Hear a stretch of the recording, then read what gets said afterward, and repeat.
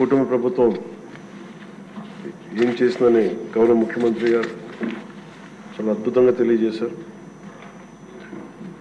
ఈ కష్టం వెనుక ఒకసారి మనం చేసిన విషయాల కంటే కూడా ముందు మనం మాట్లాడుకోవాల్సింది మనం ఏం ఇన్హెరిట్ చేసాం, ఏం వారసత్వంగా వచ్చినాయి ఒకసారి చూస్తే అధ్యక్ష, గుంతలు, శిథిలమైపోయిన రోడ్లు, విచ్చలవిడిగా పెరిగిపోయిన గంజాయి వనాలు, ఇసుక దోపిడీలు, రివర్స్ టెండరింగ్లు, నిర్వీర్యం అయిపోయిన పంచాయతీలు, ఆరోగ్యశ్రీకి ఇవ్వని డబ్బులు,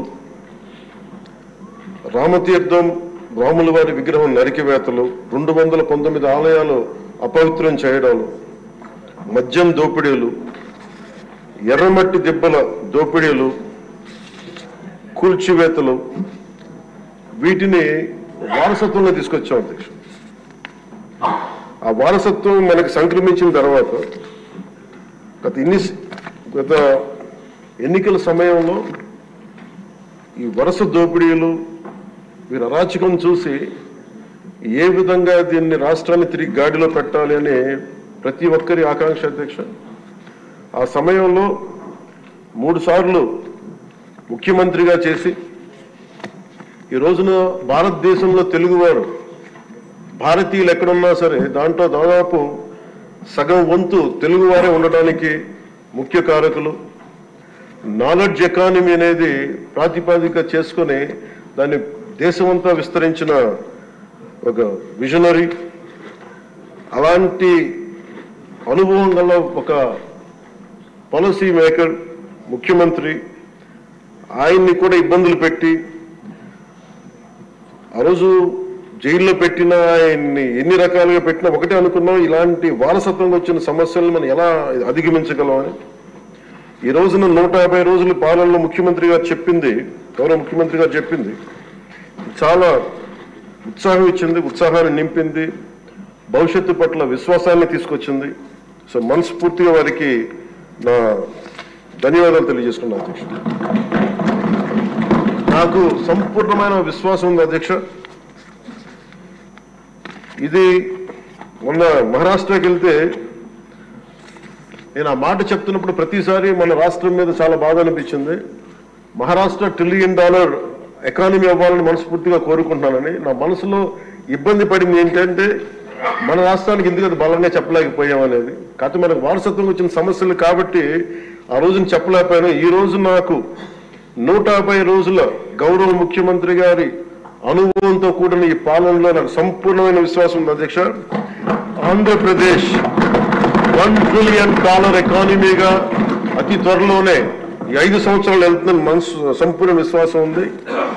$1 ట్రిలియన్ మన ప్రజలకు అర్థం అవడానికి 7,65,000 కోట్ల ఎకానమీ.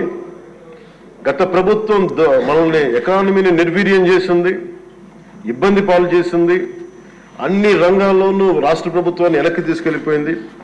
ఈ పరిస్థితుల్లో గౌరవ ముఖ్యమంత్రి గారి అనుభవం, మీ పారదర్శకత, మీ విజనరీ దృష్టి, ఇవన్నీ కూడా మాకు ఈ $1 ట్రిలియన్ ఎకానమీ వైపు పరిగెడుతున్నాయని అన్న దాంట్లో ఏమాత్రం సందేహం లేదు అధ్యక్ష.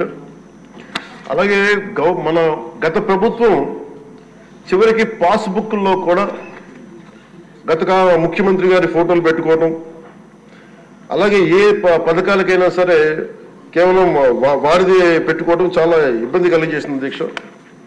ముఖ్యంగా ముఖ్యమంత్రి గారు వచ్చి, గౌరవ ముఖ్యమంత్రి గారు వచ్చి ఎప్పుడు కూడా ఎవరికి కూడా గుర్తింపు లేనివి, ఆలోచించనివి కూడా వాళ్ళని ముందుకు తీసుకొచ్చి వాళ్ళకి ముఖ్యంగా నేను చెప్తుంది, మొన్న చాలాసార్లు కొన్ని సందర్భాల్లో ముఖ్యమంత్రి గారి దృష్టికి తీసుకెళ్తే ఎల్లాప్రగడ సుబ్బారావు గారి గురించి ఎవరికి తెలియదు అధ్యక్ష, చాలా తక్కువ మందికి తెలుసు.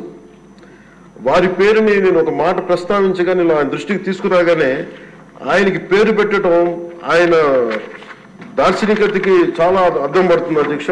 ఎందుకంటే ఎవరెవరి పేర్లు నిన్న కాక మొన్న వచ్చిన వ్యక్తి పాస్బుక్లకి పేర్లు ఆయన ఫోటోలు వేసుకునే దాన్ని నిజంగా దేశం కోసం, ప్రజల కోసం కాంట్రిబ్యూట్ చేసిన వ్యక్తికి అది గుర్తించడం అనేది మనస్ఫూర్తిగా ముఖ్యమంత్రి గారికి నా ధన్యవాదాలు తెలియజేసుకున్నాను అధ్యక్ష. అలాగే సభలో ఎంతమందికి తెలుసో తెలియదు కానీ పొట్టి శ్రీరాములు గారి నిజమైన బలిదానాన్ని డిసెంబర్లో ఆయన బలిదానం ఉంటుంది, ఆయన చనిపోయారు మన కోసం. ఈరోజు దాన్ని రాష్ట్ర ప్రభుత్వం అధికారం దినంగా దాన్ని జరుపుకోవాలని చెప్పి ముఖ్యమంత్రి గారు మా దృష్టికి తీసుకొచ్చారు. దానికి కూడా వారికి సంపూర్ణ కృతజ్ఞతలు తెలియజేస్తున్నాను. ఈ రాష్ట్రం ఎవరి బలిదానం మీద అయితే ఆధారపడి ఉందో, ఎవరి బలిదానం మీద ఈ రాష్ట్రం వచ్చిందో, అనేక లింగ్విస్టిక్ స్టేట్స్ ఎవరి బలిదానం మీద ఆధారపడి వచ్చిందో ఆ వ్యక్తిని రాష్ట్రం నిజంగా గుర్తించుకోలేదు. మొట్టమొదటిసారిగా దాన్ని గౌరవ ముఖ్యమంత్రి గారు దాన్ని ముందుకు తీసుకొచ్చి గుర్తించే పరిస్థితిని తీసుకురావడం మనస్ఫూర్తిగా వారికి నా అభినందనలు తెలియజేస్తున్నాను అధ్యక్ష. అలాగే కన్యకా పరమేశ్వరి ఈ ఆవిడ బలిదినాన్ని కూడా అధికార దినోత్సవంగా జరుపుకోవటం నిజంగా వారికి మనస్ఫూర్తిగా నా ధన్యవాదాలు తెలియజేస్తాను అధ్యక్ష.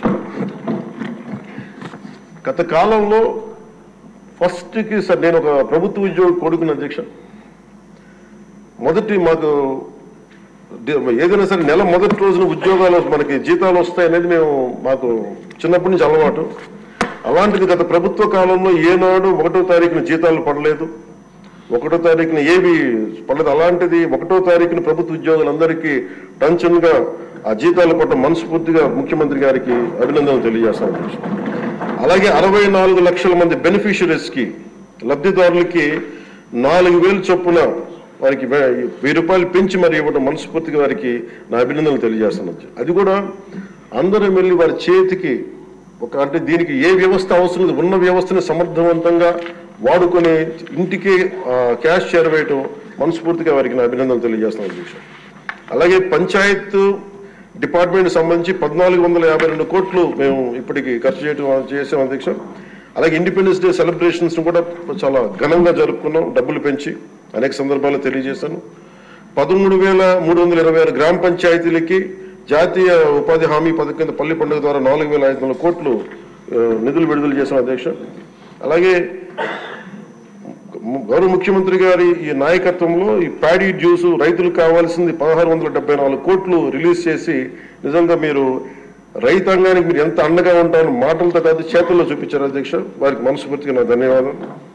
అలాగే ప్రభుత్వానికి మన కేంద్ర ప్రభుత్వానికి ఎంత అండగా ఉంది మోడీ గారి ఆధ్వర్యంలో ఉన్న కేంద్ర ప్రభుత్వం అనడానికి అమరావతికి 15,000 కోట్ల రూపాయలు, పోలవరంకి 12,500 కోట్ల రూపాయలు, రైల్వే ప్రాజెక్ట్స్ దాదాపు 70,000 కోట్ల పైచిలకు, హైవేస్ అయితే దాదాపు ఇప్పటికే 55,000 కోట్ల రూపాయలు ఈరోజు మనకి ఇచ్చారు అధ్యక్ష. దాని పనులు జరుగుతూ ఉన్నాయి. అలాగే ముఖ్యమంత్రి గారికి కూడా ముఖ్యంగా మిడ్ డే నేను అడిగింది ఏంటంటే ముఖ్యమంత్రి గారిని డొక్కా సీతమ్మ గారి పేరు ఏదన్నా పథకాన్ని క్యాంటీన్ పెట్టండి అంటే ఆయన ఏకంగా దీనిలో నారాయణ గారికి కూడా ముఖ్యమంత్రి గారు ప్రత్యేకంగా నా ధన్యవాదాలు తెలియజేస్తున్నాను అధ్యక్ష. మధ్యాహ్న భోజన పథకాన్ని విద్యార్థుల మధ్యాహ్న మిడ్ డే మీల్ స్కీమ్కి డొక్కా సీతమ్మ గారి పేరు పెట్టడం మనస్ఫూర్తిగా వారి చేతులు ఎత్తి నేను నా మనస్ఫూర్తి గారికి కృతజ్ఞతలు తెలియజేస్తున్నాను అధ్యక్ష.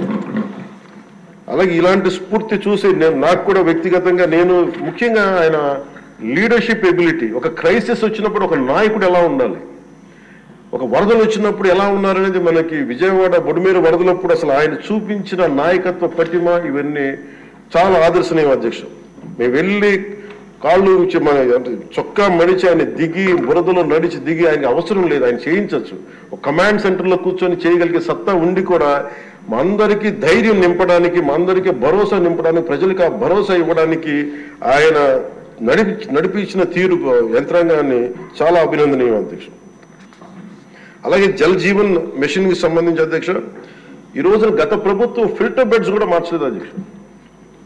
అంటే 4 లక్షలు అవుతుంది. అంటే ప్రతి నెల మొదటి లేయర్లో మొదటి శాండ్ తీసి అది అసలు కనీసం అది కూడా కనీసం ఫిల్టర్ బెడ్స్ మార్చని కాడికి ఈ రోజు పొద్దున మన అసెంబ్లీలో కూడా మాట్లాడిన గౌరవ సభ్యులు కొంతమంది తీసుకొచ్చింది కనీసం మనకి కిడ్నీ వ్యాధులు ఎక్కువైపోతుంది, కనీసం ఫిల్టర్ బెడ్స్ కూడా మార్చలేదు. కనీసం ఫిల్టర్ బెడ్స్ మార్చిన కొంత ఇంపాక్ట్ తగ్గుద్ది అని అంటుంటే నిజంగా అనిపించింది అధ్యక్ష. జల్ జీవన్ మిషన్ మేము ఇప్పుడు దాకా గౌరవ ముఖ్యమంత్రి గారి నాయకత్వంలో ఆయన విజన్ తోటి జల్ జీవన్ మిషన్ ఈ రోజున అందరికీ మాటిస్తున్నాం అధ్యక్ష, రాష్ట్రానికి మాటిస్తున్నాం. జల్ జీవన్ మిషన్ మన కేంద్రం మనకి గౌరవ ప్రధానమంత్రి గారి ఆశీస్సులతో గౌరవ ముఖ్యమంత్రి చంద్రబాబు గారి నాయకత్వంలో మునిపెన్నడూ లేని విధంగా భారతదేశంలోని ఎప్పుడు కూడా జల్ జీవన్ మిషన్ ఏ స్థాయి ఇది ఒక మౌనంగా చేస్తాం అధ్యక్ష. ఆ మాట మేము అందరం కమిటెడ్ గా ఉన్నాం అధ్యక్ష. అలాగే లా అండ్ ఆర్డర్కి సంబంధించి లా అండ్ ఆర్డర్లో ముగ్గురు ఐపీఎస్ ఆఫీసర్స్ ని ఏకకాలంలో సస్పెండ్ చేసిన ఘనత, వాళ్ళు చేసిన తప్పులకి ఆ ధైర్యం కావాలంటే ఆయన అనుభవం చాలా స్పష్టంగా తెలియజేస్తుంది అధ్యక్ష. అలాగే లా అండ్ ఆర్డర్ సంబంధించి ఇంకొకటి గాంజా.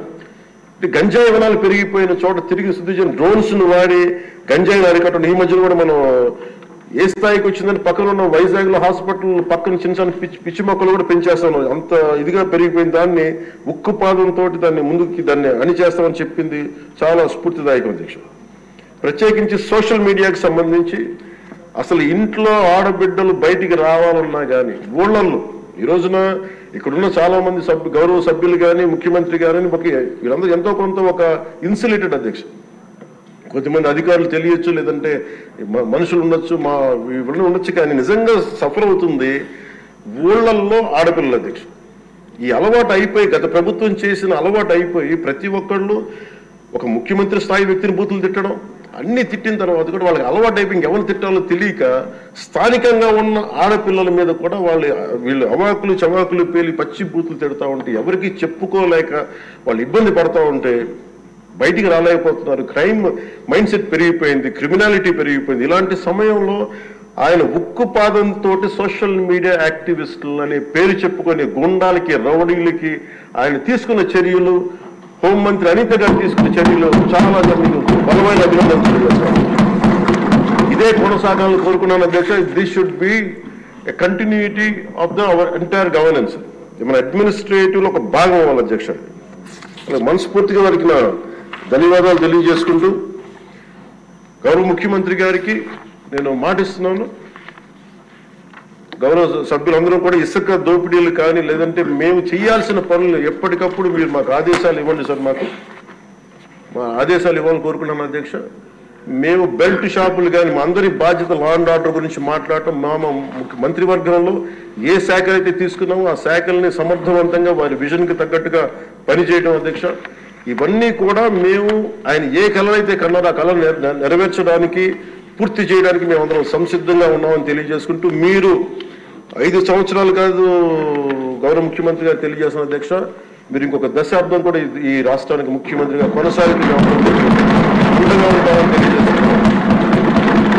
మీరు ఇదే స్ఫూర్తిని కొనసాగించాలని, ఇదే మీ ప్రతిభా పాఠవాలను చూపించాలని మనస్ఫూర్తిగా మేము కోరుకుంటూ గౌరవ సభ్యులందరికీ, గౌరవ సభాపతి గారికి మనస్ఫూర్తిగా ధన్యవాదాలు తెలుపుతూ సెలవు తీసుకుంటాం.